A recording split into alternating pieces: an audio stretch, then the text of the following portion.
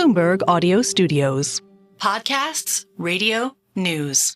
In recent weeks, the southeastern United States has been pummeled by two monster storms. First, there was Hurricane Helene. The catastrophic aftermath of Hurricane Helene. North Carolina was hit with flooding it hasn't seen in a century. Some calling it biblical. Millions of people are still without power. Whole communities have been flattened. Helene was horrific, in a way much worse than anyone expected.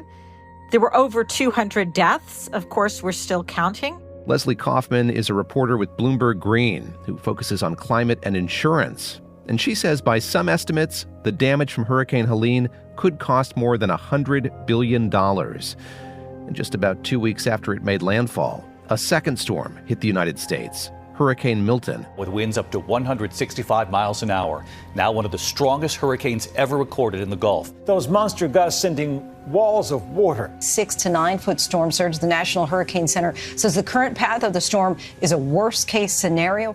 In the end, it wasn't as bad as forecast, but according to the latest count, that storm caused at least a dozen deaths, flooding, and power outages across Florida. Milton did have terrible winds. It did knock out power to lots of people. It did go inland and cause quite a bit of flooding. And there will be damage that comes from not having power. In Florida, Georgia, and the Carolinas, people are just beginning to pick up the pieces. The storms have passed, and many TV reporters have left those areas. But for Leslie, who's been tracking the financial impact on millions of Americans, this story is just getting started. We in the media, and really everyone, doesn't spend as much time talking about what a hurricane looks like 3 months later, 6 months later, 2 years later, 5 years later. The tail of recovery can be very long. I'm David Gura, and this is The Big Take from Bloomberg News. Today on the show, the growing cost of hurricane recovery and how back-to-back storms have put the insurance industry that's meant to shoulder that cost to the test. As extreme weather becomes more common in the U.S. and around the world, Bloomberg reporter Leslie Kaufman says hurricanes and other disasters are costing affected communities more money. You know, it's very interesting because I've been watching these numbers pretty carefully. The National Oceanic and Atmospheric Administration keeps a list of what they call billion-dollar disasters. That is, disasters that cause over $1 billion in damage. Those things have been rising radically, even adjusted for inflation. But Leslie says the share of those damages that's covered by insurance hasn't kept up. That has been steadily shrinking. And that, to me, is the really interesting part, which is who's shouldering it. Now, of course, the federal government has the Federal Emergency Management Agency, which will also come in and give money, but it is not nearly enough, at least for most personal cases, to cover what is needed. FEMA administers the National Flood Insurance Program, which offers flood insurance to homeowners who live in areas FEMA has determined are high risk. But Leslie says much of the devastation from these two storms, from Milton and Helene, has occurred in places that FEMA has not designated as high risk. And that's bound to be a strain on many homeowners who aren't covered. The average grant to someone who is not insured through our National Flood Insurance Program to fix their home is $5,000 or under. When you look at these two storms in complement and at the damage from both of them, and think about them in the context of the strain that the insurance industry is under, are alarm bells ringing for you? Well, we should be very concerned. Right now, we already know that FEMA is stressed to the max. But there's an important distinction that Leslie says is putting additional strain on homeowners and the insurance industry: the cause of the damage. This is going to be a tale of two different disasters because homeowners insurance in Florida usually will cover wind damage, but it will not cover flood damage. So who has flood insurance here will matter a lot. And this is particularly important for Helene because Helene went up into Georgia and North Carolina, and those are places that don't have a lot of flood insurance. They have almost none. So Helene did real damage. It's going to be a lot less insured.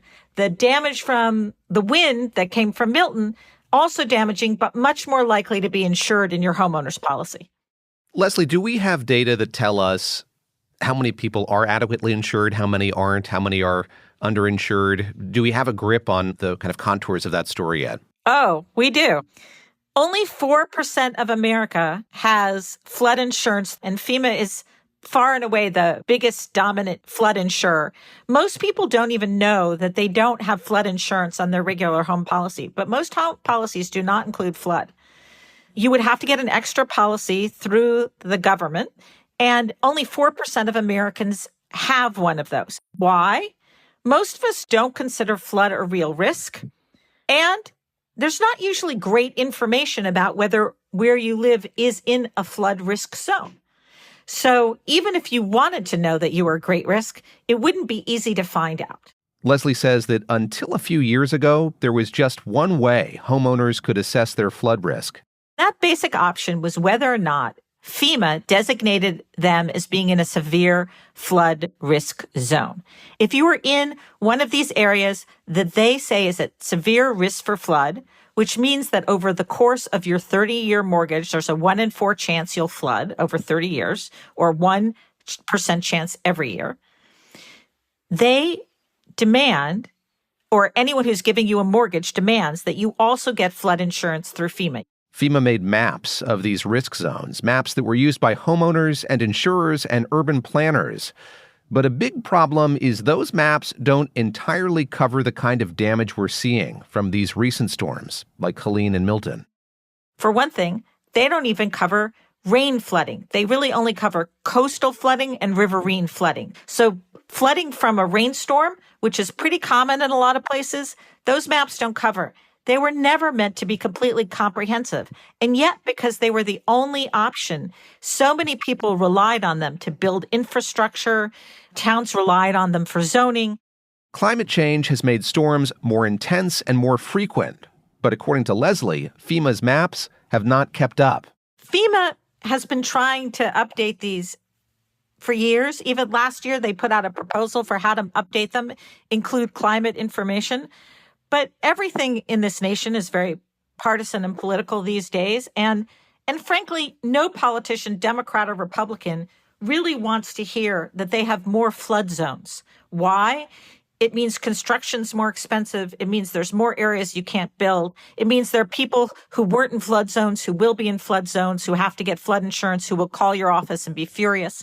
So before a disaster, no one really wants an expansive flood zone. It's only after disaster that they say, why didn't you tell me I should have had flood insurance?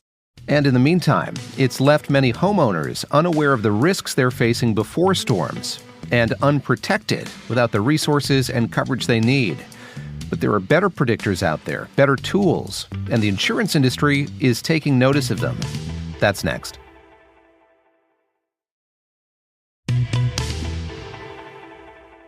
After storms like Hurricane Helene and Hurricane Milton, it can take years for communities to recover. And how that recovery goes depends a lot on insurance. Well, for years, homeowners' access to disaster insurance has depended on maps the Federal Emergency Management Agency has made to predict flood risk. A big issue, Bloomberg's Leslie Kaufman says, is those maps are out of date. They haven't kept up with the realities of modern storms, which has created demand for better information about what parts of the country are at risk of flooding. The result is that we're getting all these companies that can predict flooding.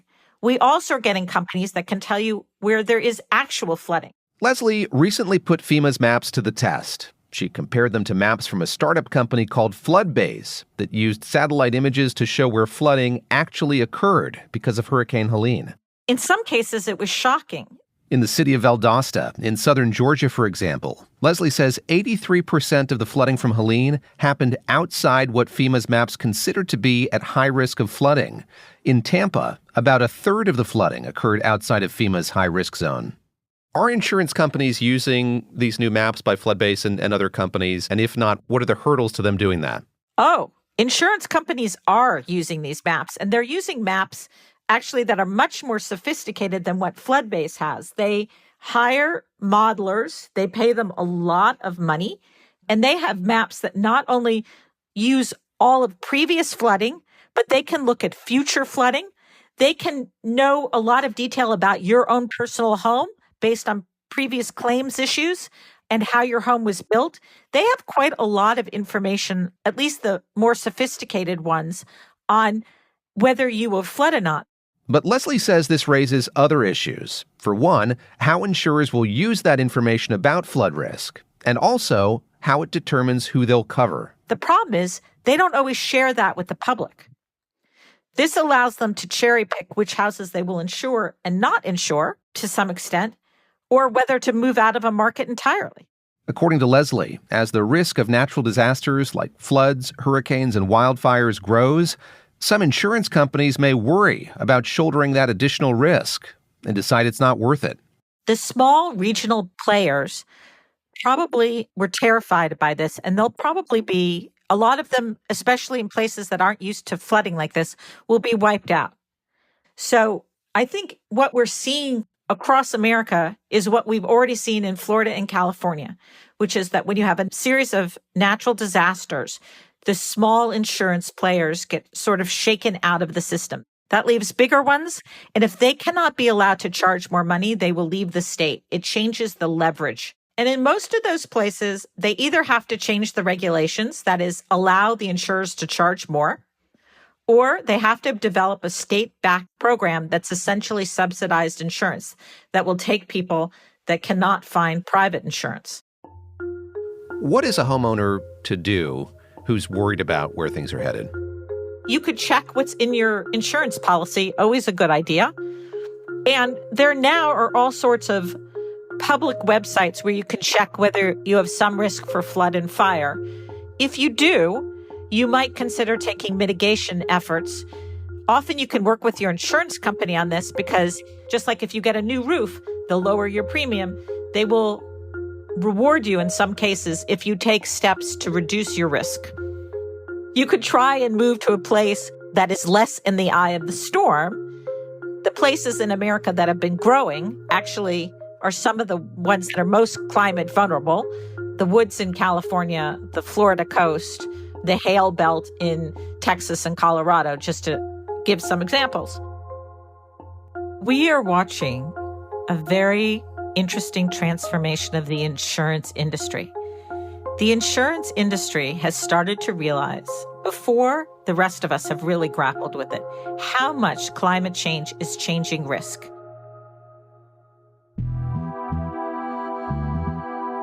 This is The Big Take from Bloomberg News. I'm David Gura. This episode was produced by David Fox. It was edited by Aaron Edwards and Amanda Colson-Hurley, with special thanks to Leonardo Nicoletti. This episode was mixed by Alex Segura. It was fact-checked by Adriana Tapia.